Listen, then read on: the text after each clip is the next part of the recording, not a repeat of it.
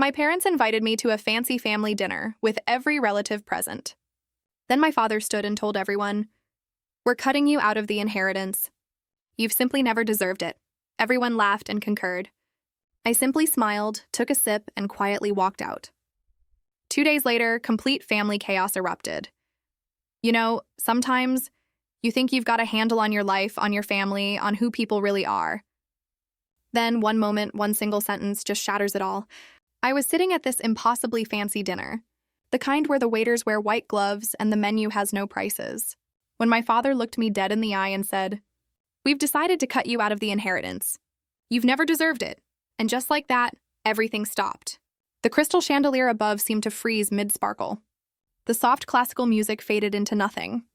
Every single face at that long, elegant table turned towards me.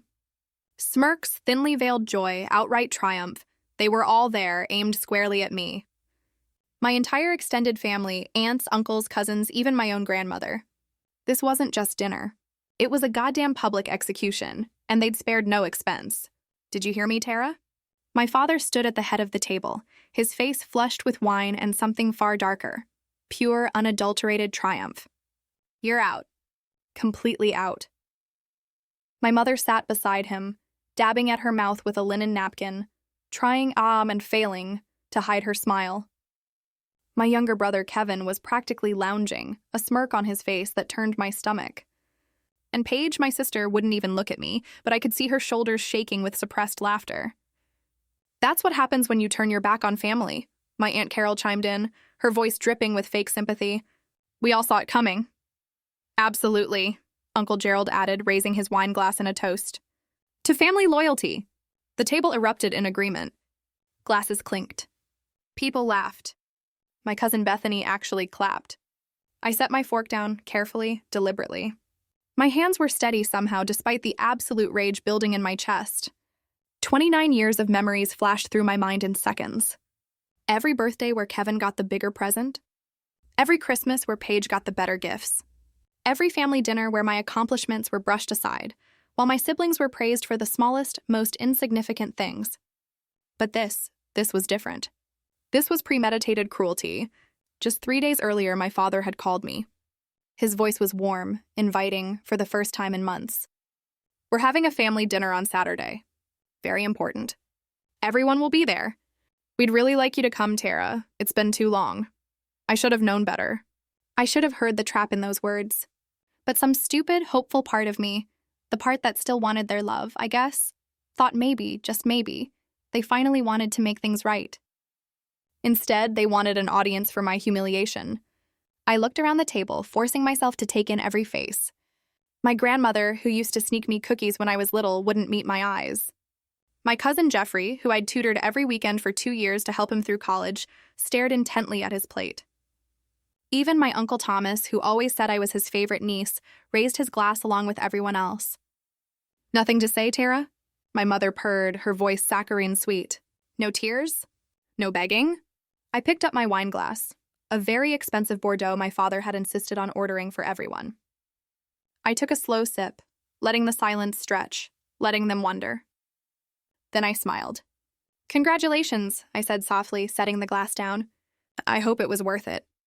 I stood up, smoothed my dress, and picked up my purse. The table had gone quiet again, but this time the silence was confused. They had expected tears, maybe shouting. Definitely some kind of scene that would give them more to laugh about later. "Wait, that's it?" Kevin called out as I turned towards the door. "You're just leaving?" I paused, looking back over my shoulder.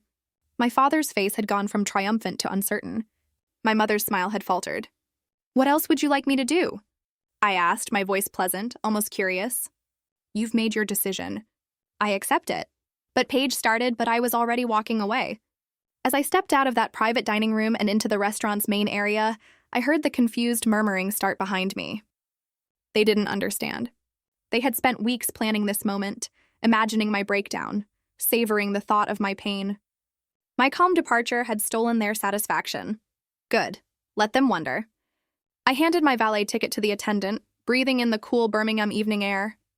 The restaurant was in the heart of the city's historic district, surrounded by old magnolia trees and wrought iron lampposts. It was beautiful, peaceful, a strange contrast to the ugliness I had just left behind. My phone buzzed in my purse. I pulled it out and saw a text from Kevin. "Don't think you can change Dad's mind later. This is final." I deleted it without responding. Another text, this time from Paige. "You always were dramatic." Deleted. The valet brought my car around, a modest sedan that I had bought myself, paid for with my own money, from my own job. Everything I had earned. And that, I realized, had always been the problem. I tipped the valet and slid behind the wheel. As I pulled away, I caught one last glimpse of the restaurant in my rearview mirror. Somewhere inside, my family was probably already celebrating, already spending the money they thought they had secured by cutting me out. They had no idea what was coming. 2 days, that was all it would take. I drove home on autopilot, my mind already 3 steps ahead. The anger that had been simmering during dinner now burned with a cold, clear focus. They wanted to humiliate me. They wanted to break me. They thought I was weak, that I would crumble under their rejection. They had forgotten who taught me to be ruthless. My apartment was in a quiet neighborhood, 20 minutes from downtown Birmingham. Nothing fancy, just a 1-bedroom with enough space for me and my cat Winston. I'd moved here 6 years ago when I started working at Bright Fen Wealth Management, one of the city's most prestigious financial advisory firms. I unlocked my door, and Winston immediately wound around my ankles, meowing for dinner. I fed him, poured myself a real glass of wine, not the overpriced show-off bottle my father had ordered, and sat down at my kitchen table with my laptop. The truth was, I had been expecting something like this for months. My parents had been dropping hints, making comments about family values and loyalty and knowing your place. Kevin had been insufferable lately, constantly talking about his future, his plans, what he would do when the time came. Paige had started treating me like I was already a stranger. But I had hoped I was wrong. I had hoped that despite everything, despite the years of being overlooked and undervalued, they would see me as something more than a disappointment. That hope died tonight. I opened my laptop and pulled up a folder I had created 3 months ago. I called it insurance, though that felt too generous. It was more like evidence, proof, a detailed record of every financial transaction my parents had made in the last 5 years. See, my father thought I was just a mediocre financial analyst at a medium-sized firm. He thought my job was boring, my salary modest, my career unremarkable. He loved to compare me to Kevin, who worked in tech, whatever that meant. As far as I could tell, he mostly played video games and called it user experience research. He loved to praise Paige for her entrepreneurial spirit, even though her online boutique had been hemorrhaging money for 3 years straight. What my father didn't know was that I wasn't just any financial analyst. I was a forensic accountant, specializing in asset recovery and fraud detection. My medium-sized firm handled some of the largest fraud cases in the Southeast, and I was very, very good at my job. 3 months ago, my mother had asked me for help with something she called a minor tax question. She had handed me a folder full of documents, trusting that I would do what she asked and nothing more. What she didn't expect was that I would recognize the patterns immediately. The shell companies, the offshore accounts, the creative bookkeeping that pushed right up against the edge of legality, and sometimes outright crossed it. I had spent the next 2 months quietly gathering information. Not because I planned to use it, but because I believe in being prepared. My father had built his small real estate empire through a combination of hard work, strategic investments, and, as it turned out, some very questionable financial practices. Now I sat at my kitchen table looking at spreadsheets that told a story my family didn't want anyone to know. My father had been siphoning money from his business partners through complicated schemes that hid his profits and inflated his expenses. My mother had been using nonprofit organizations she claimed to support as personal piggy banks. Together, they had built a house of cards that looked impressive from the outside, but would collapse the moment anyone looked too closely. And I was going to make sure someone looked very closely indeed. My phone rang. I glanced at the screen and saw my grandmother's name. For a moment, I hesitated. She had been at that dinner. She had sat there and said nothing while they stripped away my inheritance, my dignity, my place in the family. But she was calling now. I answered. "Hello, Grandma." "Tara, honey." Her voice was thin, tired. "I wanted to apologize for tonight. That was cruel of your father. I should have spoken up. But you didn't." Silence. Then, "No, I didn't. I'm sorry." I closed my eyes. Part of me wanted to forgive her, wanted to believe she was different from the rest of them. But I had learned tonight that wanting something and getting it were very different things. Why did they do it? I asked. Why now? What did I do that was so terrible? My grandmother sighed. It wasn't about what you did, sweetheart. It was about what you didn't do. You didn't need them. You didn't come begging for money or help or approval. You built your own life, and that scared them. Your father likes to be needed. He likes to be important. You made him feel irrelevant, so he cut you out of the inheritance. The inheritance that was never really yours to lose anyway, she said softly. Tara, there's something you should know. Your father has been having financial troubles for the past year. Big troubles. The inheritance you think exists. Most of it is already gone. Tonight was theater. He wanted to hurt you before you found out there was nothing left to inherit. My hand tightened on the phone. Are you sure? I'm old, not stupid. I know what I see.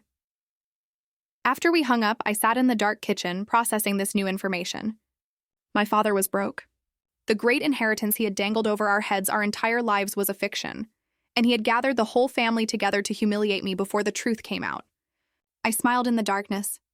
This was going to be even better than I thought. Sunday morning dawned clear and bright, mocking the darkness of my mood.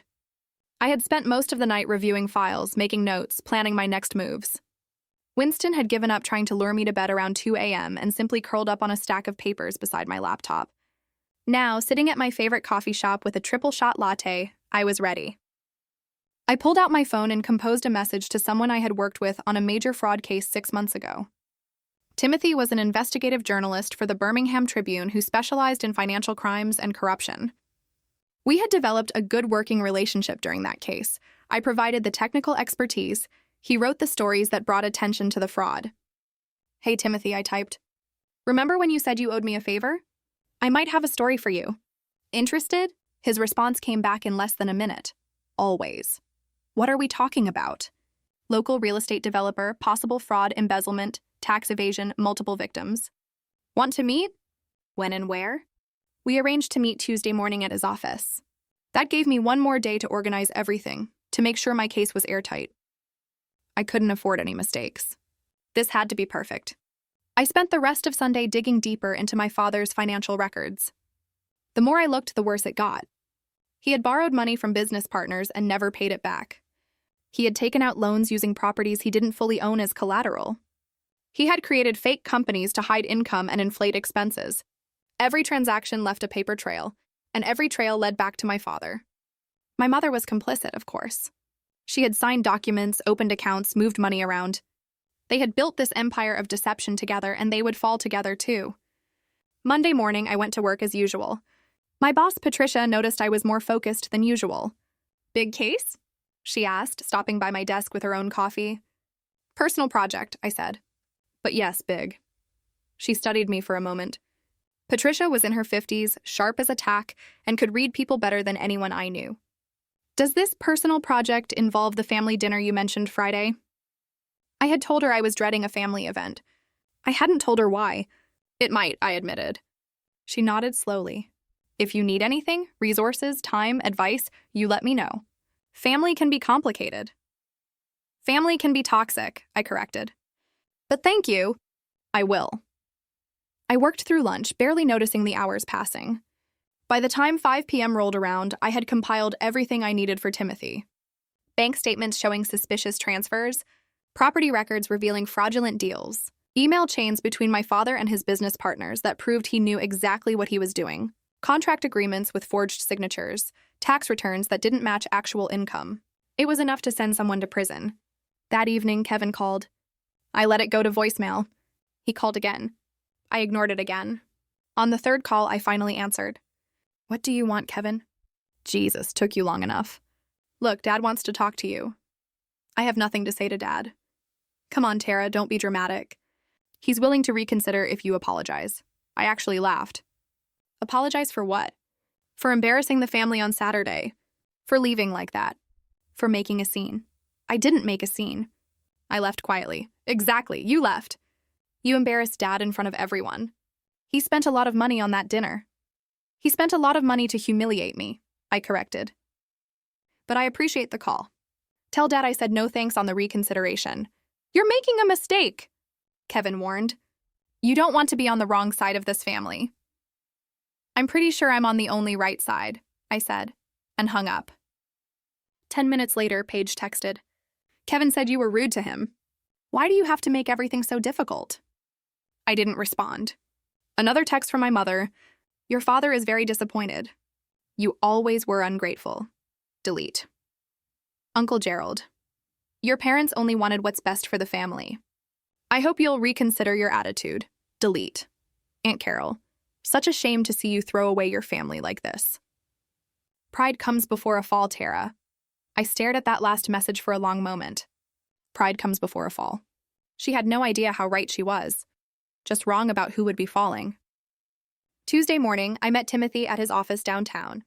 The Tribune's building was an old converted warehouse with exposed brick and industrial windows. His office was on the 3rd floor, a cluttered space filled with stacks of papers, coffee cups, and the faint smell of printer ink. You look tired, he observed as I sat down. Long weekend, I said. But I laid out everything I had brought. Documents, spreadsheets, timelines, evidence. Timothy's eyes grew wider with each page I showed him. Holy hell, he breathed. This is massive. How long has this been going on? At least 5 years, probably longer. I only have access to the last 5 years of records. And the victims? Multiple business partners who lost money, nonprofit organizations that got donations they never received, investors who bought into projects that don't exist. The list goes on.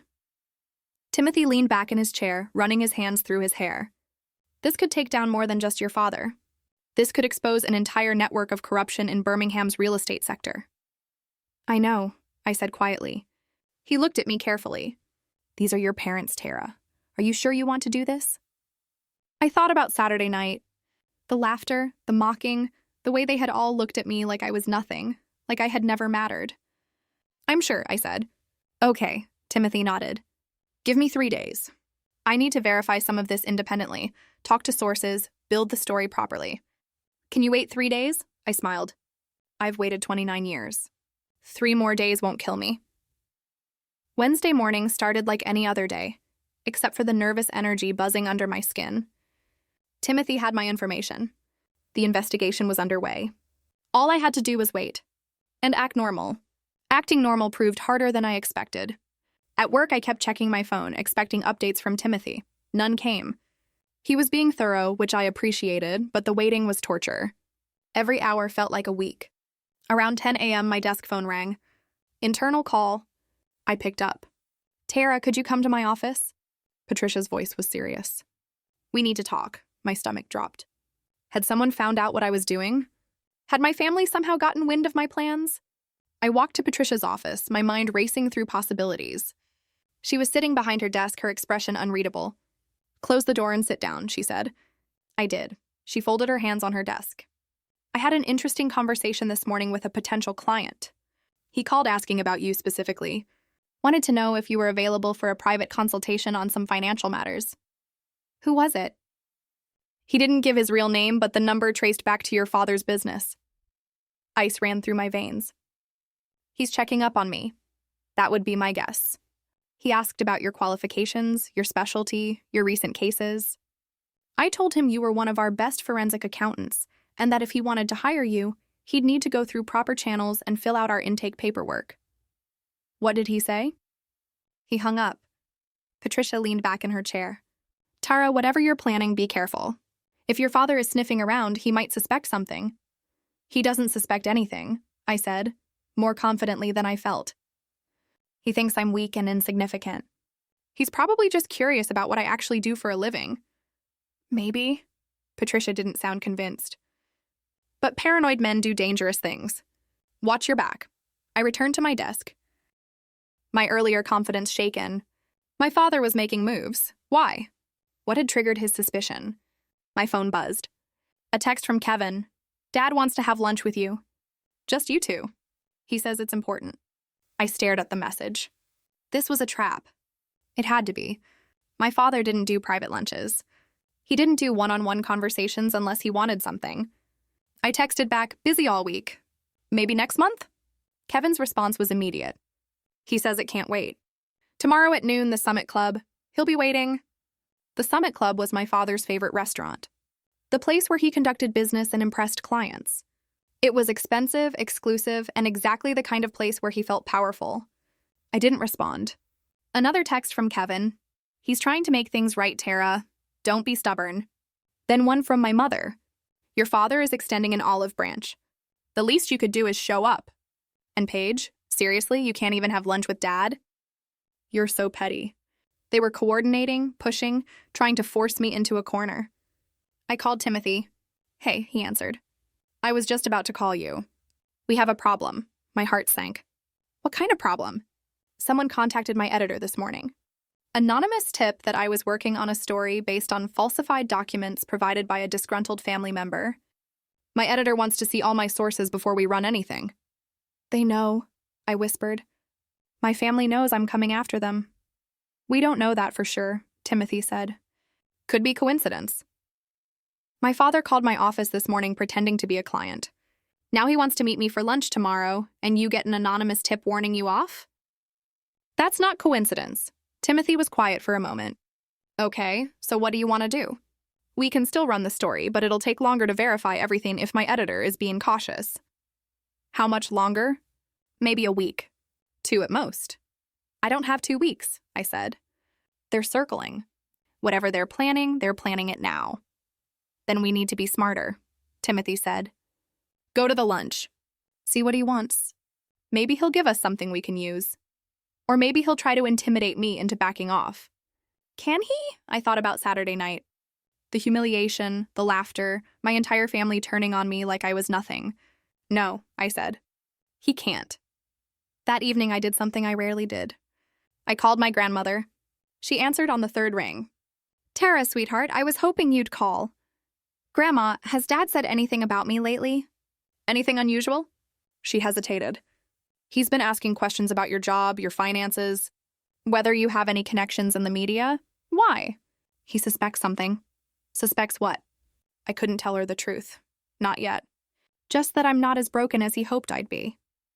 Tara, what are you doing? What I should have done years ago, I said, standing up for myself. Be careful, she warned.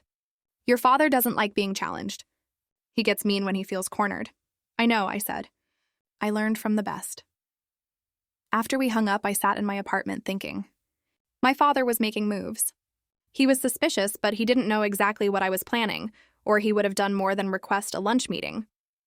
He was fishing, trying to figure out what I knew. The smart thing would be to wait. Let Timothy finish his investigation. Build the case properly. Be patient. But patience had never been my strong suit. I texted Kevin back. Fine. Noon tomorrow at the Summit Club. Tell Dad I'll be there. His response was triumphant. Good choice. He'll be pleased. I doubted that very much. That night I couldn't sleep. I kept running through scenarios in my head. What would my father say? What would he offer? Would he try to bribe me, threaten me, manipulate me into thinking I had imagined everything? Around 2 a.m., I got up and made tea. Winston followed me into the kitchen, meowing his disapproval at the late hour. I know, buddy, I told him. I'm being ridiculous. But I wasn't. I was being careful, thorough, strategic. I pulled out my laptop and reviewed everything one more time. The evidence was solid. The paper trail was clear. Even if my father suspected something, he couldn't erase what he'd already done. The transactions existed. The fraud was real. The victims were real. Tomorrow, I would sit across from my father and listen to whatever story he wanted to tell. I would smile and nod and let him think he was winning. And then I would watch his world burn. Thursday morning arrived too fast. I dressed carefully, professional but not intimidating, confident but not aggressive. I wanted my father to see me as the daughter he thought he knew, not the woman who was about to destroy him. The Summit Club was downtown Birmingham, on the top floor of one of the city's oldest buildings. I arrived exactly at noon and gave my name to the hostess. Mr. Anderson is already here, she said. Right this way. My father sat at a corner table with a view of the city. He stood as I approached, smiling like nothing had happened on Saturday night. Tara, sweetheart, thank you for coming. I sat down without hugging him. What do you want, Dad? His smile faltered slightly. Can't a father want to have lunch with his daughter? Not this father. Not this daughter. Not anymore, he sighed and sat down. I suppose I deserve that. Saturday night was harsh. Your mother and I have been talking, and we think we were too hasty. Too hasty in cutting me out of the inheritance or too hasty in humiliating me in front of the entire family? Both, he admitted. We let emotion get the better of us.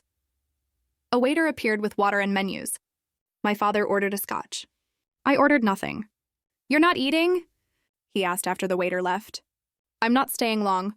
Say what you need to say. He studied me across the table, and I saw something flicker in his eyes. Confusion, maybe concern. This wasn't going how he had planned. Tara, I want to make things right between us. The inheritance situation was a mistake. We're willing to reconsider. Willing to reconsider, I repeated. How generous. Don't be sarcastic. I'm trying to fix this. Why now? What changed between Saturday and today? He shifted in his seat. Your mother feels guilty. She thinks we were too harsh. Mom doesn't feel guilty about anything she does, I said. Try again. The waiter brought his scotch. My father took a long sip before answering. Fine, you want the truth? We're concerned about you. After Saturday, we expected you to call, to fight back, to do something. Instead, you just disappeared. That's not like you. You don't know what's like me. You never bothered to find out. That's not fair. Saturday night wasn't fair, I countered. Spending 29 years watching you worship Kevin and Paige while treating me like an inconvenience wasn't fair. So, forgive me if I don't care about your definition of fairness. My father's jaw tightened. There was the temper I remembered from childhood. Watch your tone. I'm still your father. Biologically, yes. In every way that matters? Debatable. He set his glass down hard enough that nearby diners glanced over. I don't know what's gotten into you, but this attitude needs to stop. I'm offering you a chance to come back into the family, to restore your inheritance. Don't throw that away because of pride. It's not about pride, I said calmly. It's about self-respect. Something I should have developed years ago. Tara, why did you call my office yesterday? The question caught him off guard. What? You called Bright Fen Wealth Management yesterday morning, pretended to be a potential client, asked questions about me? Why? He recovered quickly. I wanted to understand what you do. Your mother and I realized we don't know much about your career. Liar. The word hung between us like a grenade. Excuse me? His voice went dangerously quiet. You're lying. You didn't call because you care about my career. You called because you're worried about something. What is it, Dad? What are you afraid I know? His face went carefully blank. I don't know what you're talking about. Yes, you do. We stared at each other across the table. This was the moment I could back down, pretend I was imagining things, accept his fake olive branch. Or I could push forward and show him I wasn't the weak daughter he thought I was. How's business, Dad? The real estate market must be challenging these days. Is it fine, really? Because I heard you've been having some financial difficulties. Cash flow problems, partner disputes, that kind of thing. His eyes narrowed. Who told you that? Nobody told me. I figured it out. There's nothing to figure out. My business is solid. Is it? Because from what I've seen, your business is built on fraud, embezzlement, and tax evasion. But hey, what do I know? I'm just the disappointing daughter with a boring job. The color drained from his face. What did you just say? You heard me, Tara. I don't know what kind of game you think you're playing. No game. Just facts. You've been stealing from your partners for years, using fake companies to hide income, taking money from nonprofits. I have documentation of everything. He leaned forward, his voice low and threatening. You don't know what you're talking about. And if you spread rumors like that, I'll sue you for defamation so fast your head will spin. It's not defamation if it's true. And it's not rumors if I have bank statements, tax returns, and email chains proving everything.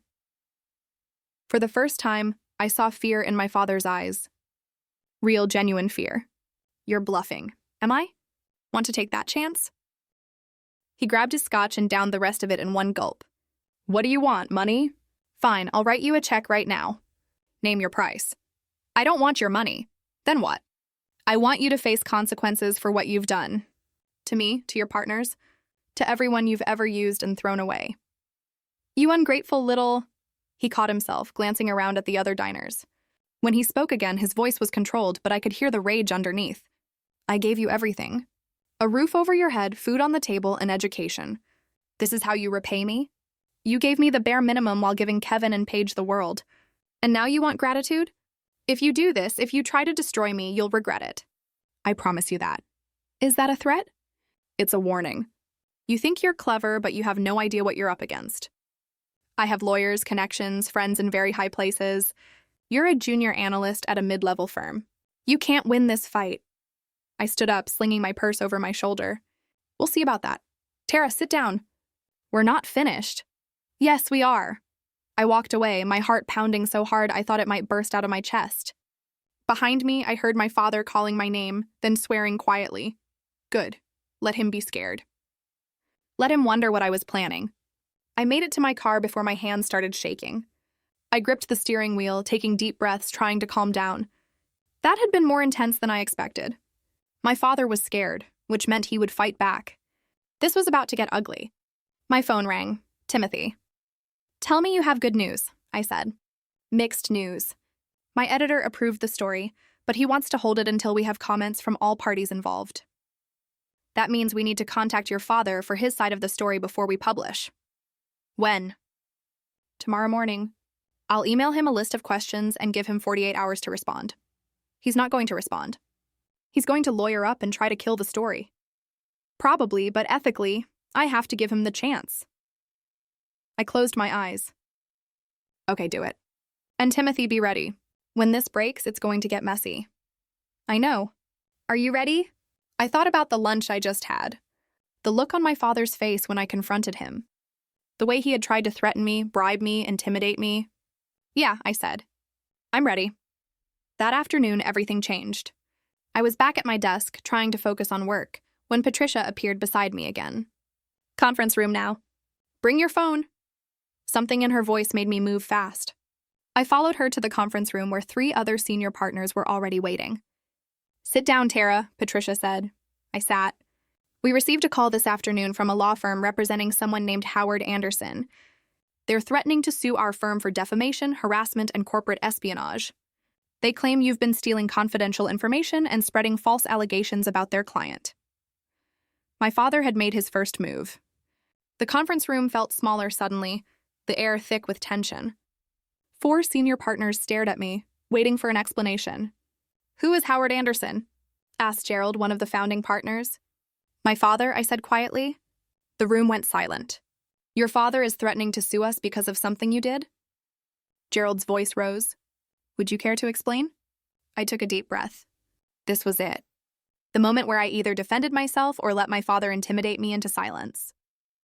3 months ago, my mother asked me for help with what she called a tax question. She gave me documents from my father's business.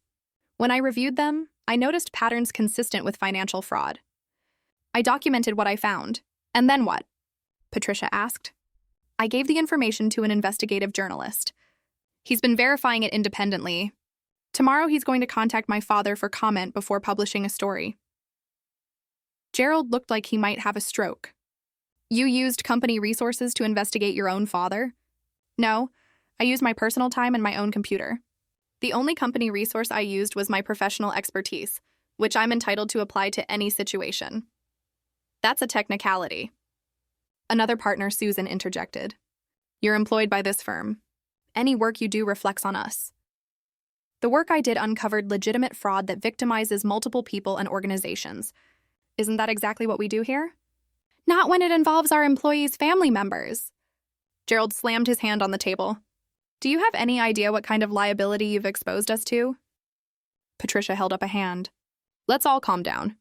Tara, did you steal any documents? No. Everything I have was either given to me directly by my mother or is publicly available information. Did you misrepresent yourself or the firm in any way during this investigation? No. Did you use company time, equipment, or resources? No. Patricia looked at Gerald. Then technically, she hasn't violated any policies. That doesn't matter. Gerald stood up, pacing. Her father's lawyers are going to drag us through court regardless. This is a disaster. My phone buzzed. A text from Kevin. Dad's lawyer is going after your job. Hope you're happy. Another from Paige. You're destroying the family. I hope it was worth it. Then my mother. How could you do this to us after everything we've given you? I turned my phone face down on the table. There's something you all should know, I said. My father doesn't have a case. He's bluffing. This is intimidation, pure and simple. He's hoping that by threatening the firm, you'll force me to back down. And will you? Susan asked. Back down? I met her eyes. No. Then you're suspended, Gerald announced. Effective immediately. Until this situation is resolved, you're not to come into the office or have any contact with clients. You can't suspend me for something I did on my personal time.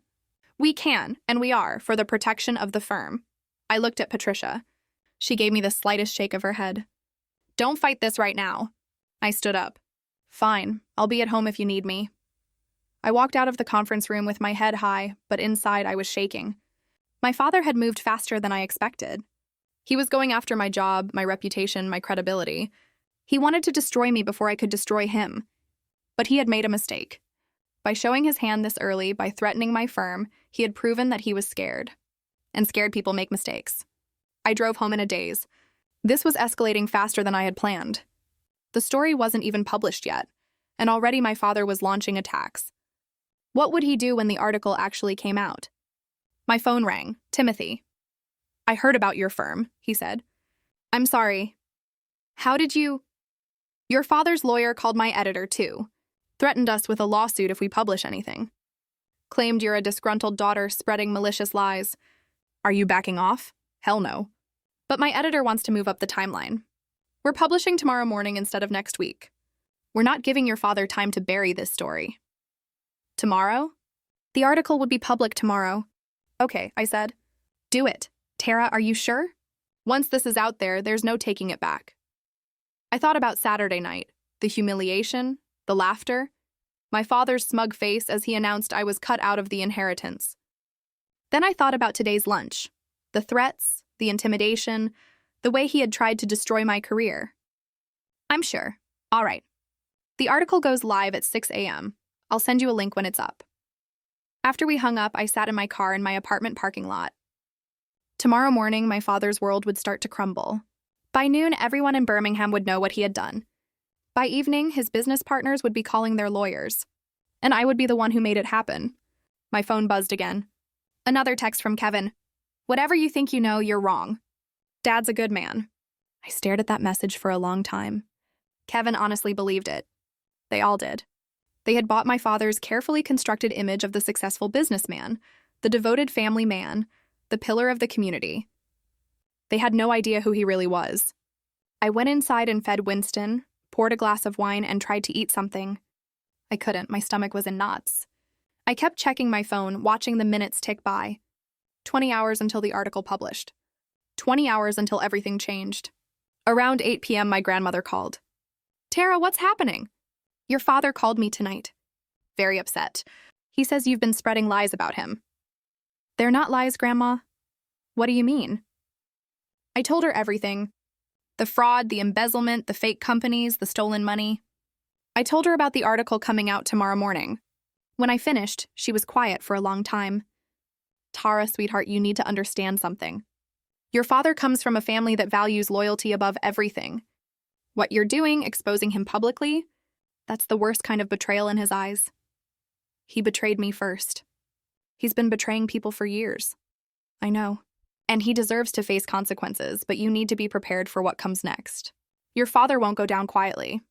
He'll fight back with everything he has. I know. And the rest of the family will take his side. They always do. I know that too. Then you also know that after tomorrow, you'll be completely alone. No family, no support. Are you prepared for that? I looked around my small apartment. Winston was curled up on the couch, purring softly.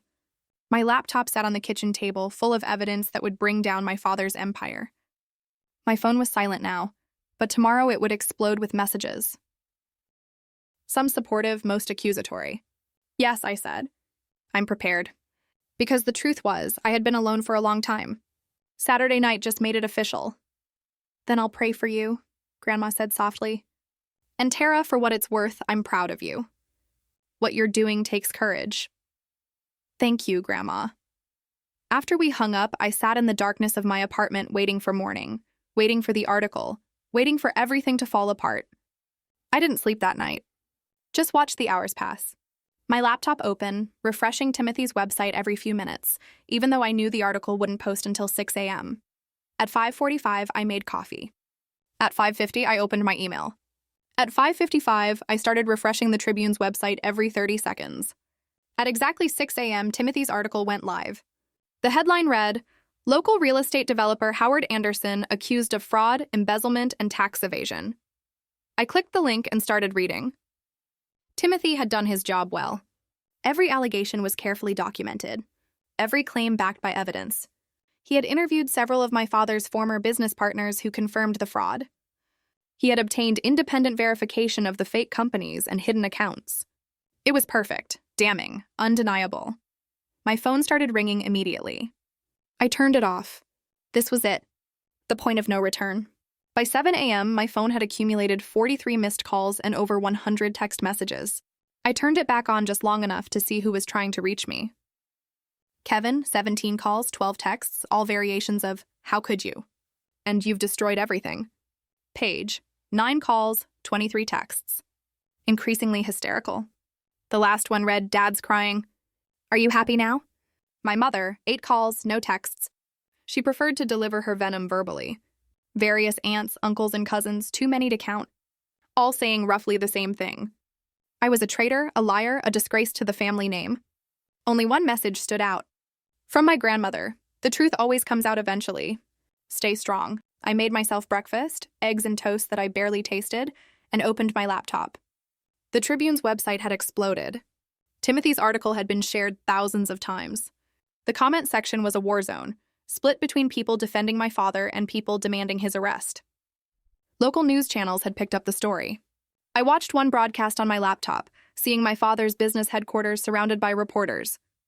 The anchor spoke in serious tones about allegations of fraud and the ongoing investigation. My doorbell rang. I looked through the peephole and saw Kevin standing outside, his face red with rage. Paige stood beside him, arms crossed. I didn't open the door.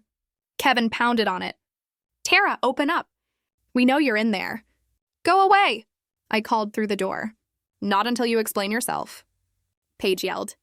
"How could you do this to Dad? To all of us? Everything in that article is true." "You know it is." "It doesn't matter if it's true," Kevin shouted. "You don't air your family's dirty laundry in public. You don't destroy your own father." He destroyed himself. "I just documented it." More pounding. "Open this door right now, Tara. Or I swear—" "Or what, Kevin? You'll cut me out of the inheritance? Too late. You'll humiliate me in front of the family?" "Already done." "Face it, Kevin. You have no power over me anymore." The pounding stopped. I heard low, furious voices conferring. Then Paige spoke, her voice dripping with false sweetness. "Tara, please, let's talk about this like adults. Dad wants to work this out. He's willing to forgive you if you'll just publicly retract everything." I almost laughed. "Tell Dad that's not happening. You're making a huge mistake," Kevin warned. "Dad's lawyer is already preparing a defamation suit. You're going to lose everything.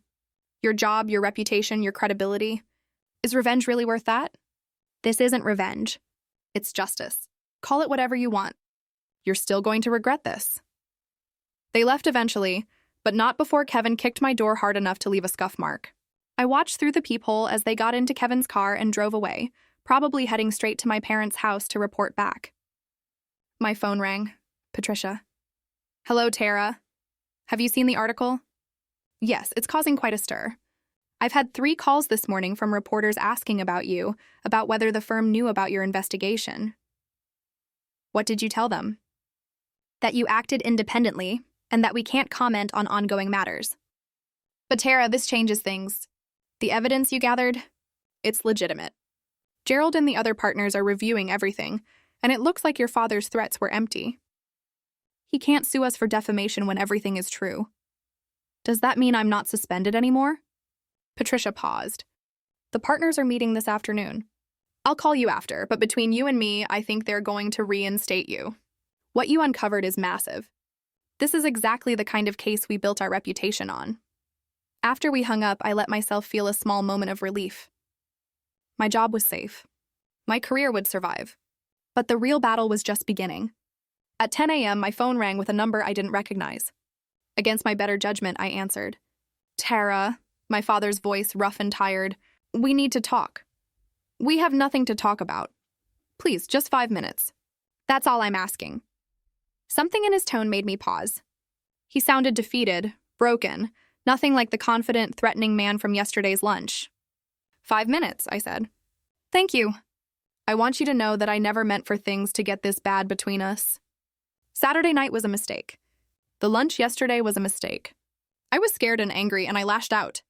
You've been lashing out at me for 29 years. I know. And I'm sorry, but this article, this public humiliation, this goes too far. You're destroying more than just me. You're destroying the whole family. The family destroyed itself when everyone chose to laugh at me instead of standing up for me. Tara, I'm begging you. Call the reporter. Tell him you were mistaken. Tell him you acted out of anger after Saturday night. We can say you misunderstood some documents, that you didn't have the full picture. My lawyers can work with their lawyers and we can make this go away. No. Why not? What do you gain from this? You've already made your point. You've shown everyone that you're not someone to be pushed around. You've won.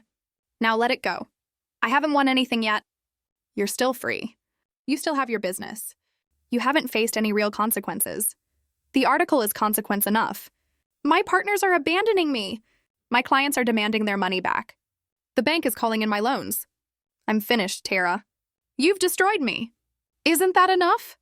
Not even close. Silence then, in a voice colder than I'd ever heard from him. Then you've made your choice. Don't expect mercy from me, he hung up. I sat there staring at my phone, processing what had just happened. My father had gone from begging to threatening in the span of one conversation. He was desperate, which made him dangerous, but I was done being scared of him. The afternoon brought more chaos. Local news vans appeared in my apartment complex parking lot. Reporters knocked on my door asking for interviews. I ignored them all. Patricia called at 3 p.m. with good news. You're reinstated, effective immediately. The partners reviewed your evidence and agreed that you acted appropriately. In fact, we're considering taking on some of your father's victims as clients if they want to pursue civil cases. Me? You're the expert on his financial crimes.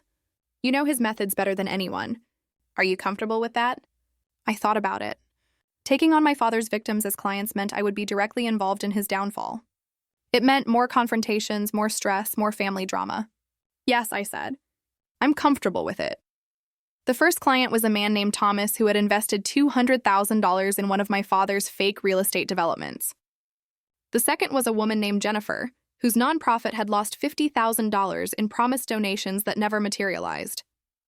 The third was a couple, Robert and Claire, who had been business partners with my father for 10 years before discovering he had been siphoning money from their joint ventures. I met with each of them, documented their cases, and began building lawsuits. Each conversation revealed more layers of my father's deception.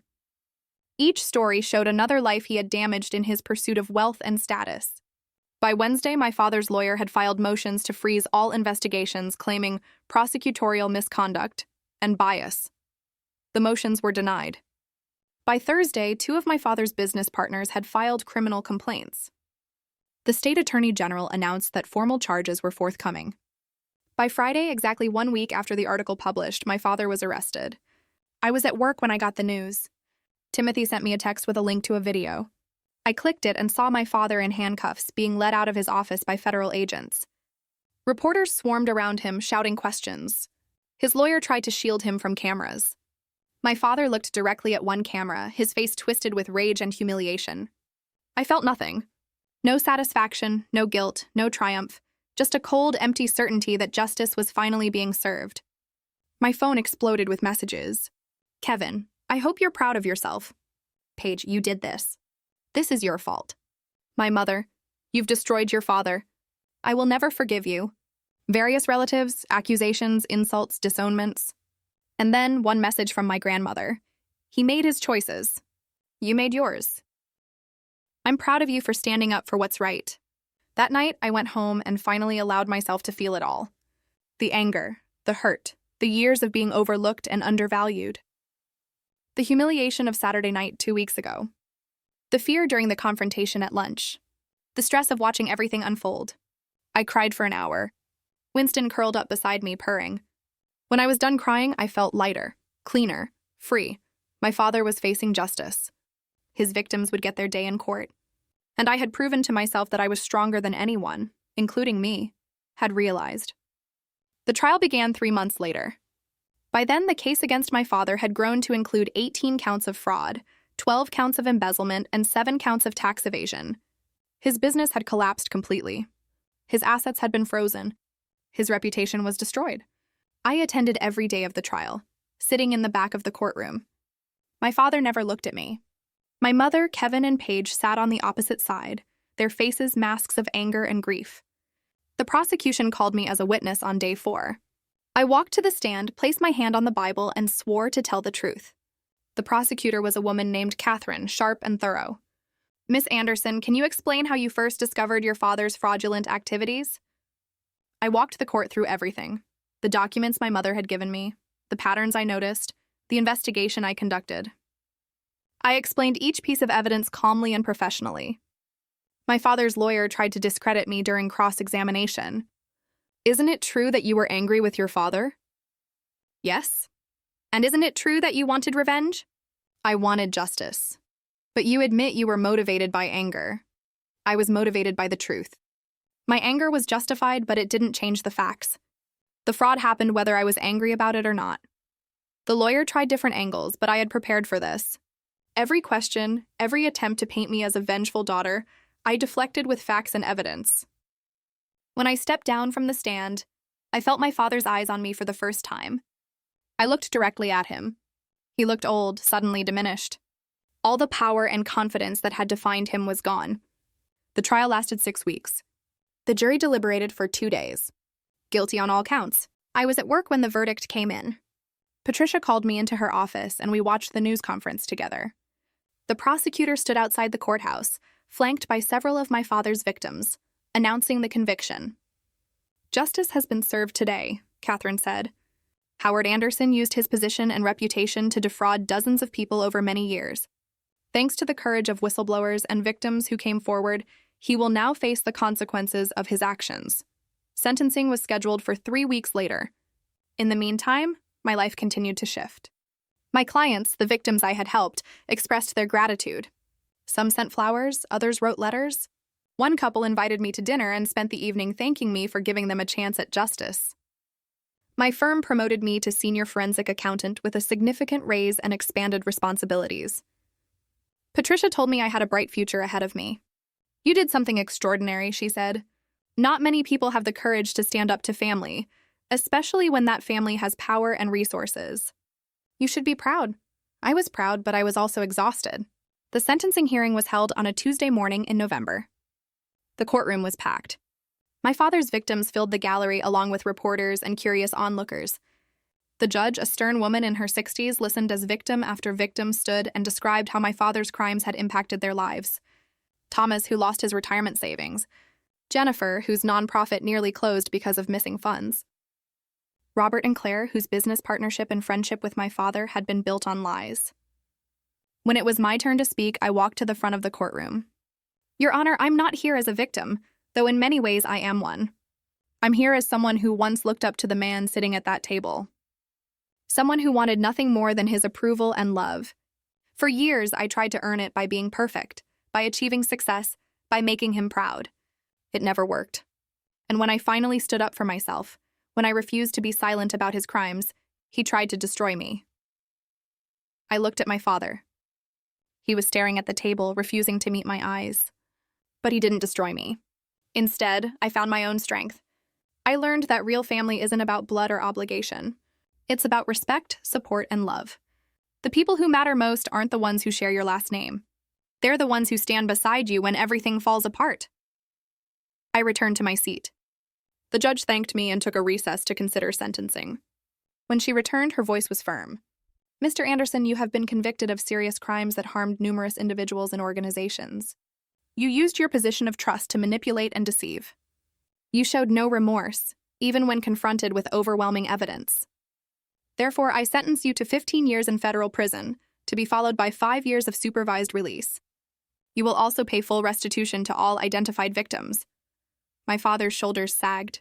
My mother sobbed. Kevin and Paige looked stunned. I felt nothing but relief. In the months that followed, my family's downfall continued. My mother filed for divorce, trying to salvage what little money remained after restitution payments. Kevin lost his job when his employer discovered his connection to the scandal. Paige's boutique finally collapsed under the weight of debt she could no longer hide. My father began serving his sentence at a federal prison in Alabama. I received one letter from him asking for forgiveness and understanding. I never responded. Kevin and Paige both tried to reconnect with me at different times, claiming they understood now that I had been right. I politely declined. Some bridges, once burned, should stay that way. My mother sent occasional messages through my grandmother, usually complaints about how difficult her life had become. I felt no sympathy. She had enabled my father for decades and had participated in humiliating me. She had made her choices. Only my grandmother remained a constant presence in my life. We met for lunch once a month, and she never mentioned my father unless I asked. "You did what needed to be done," she told me more than once. "The rest of them will have to learn to live with the consequences of their own choices." I sat in my new apartment, a bigger place in a better neighborhood that I could finally afford with my promotion, watching the sunset through floor-to-ceiling windows. Winston lounged on the couch beside me, purring contentedly. My phone buzzed with a message from Timothy. Anniversary dinner next week. 1 year since the article that changed everything. I smiled and typed back, "I'll be there. 1 year."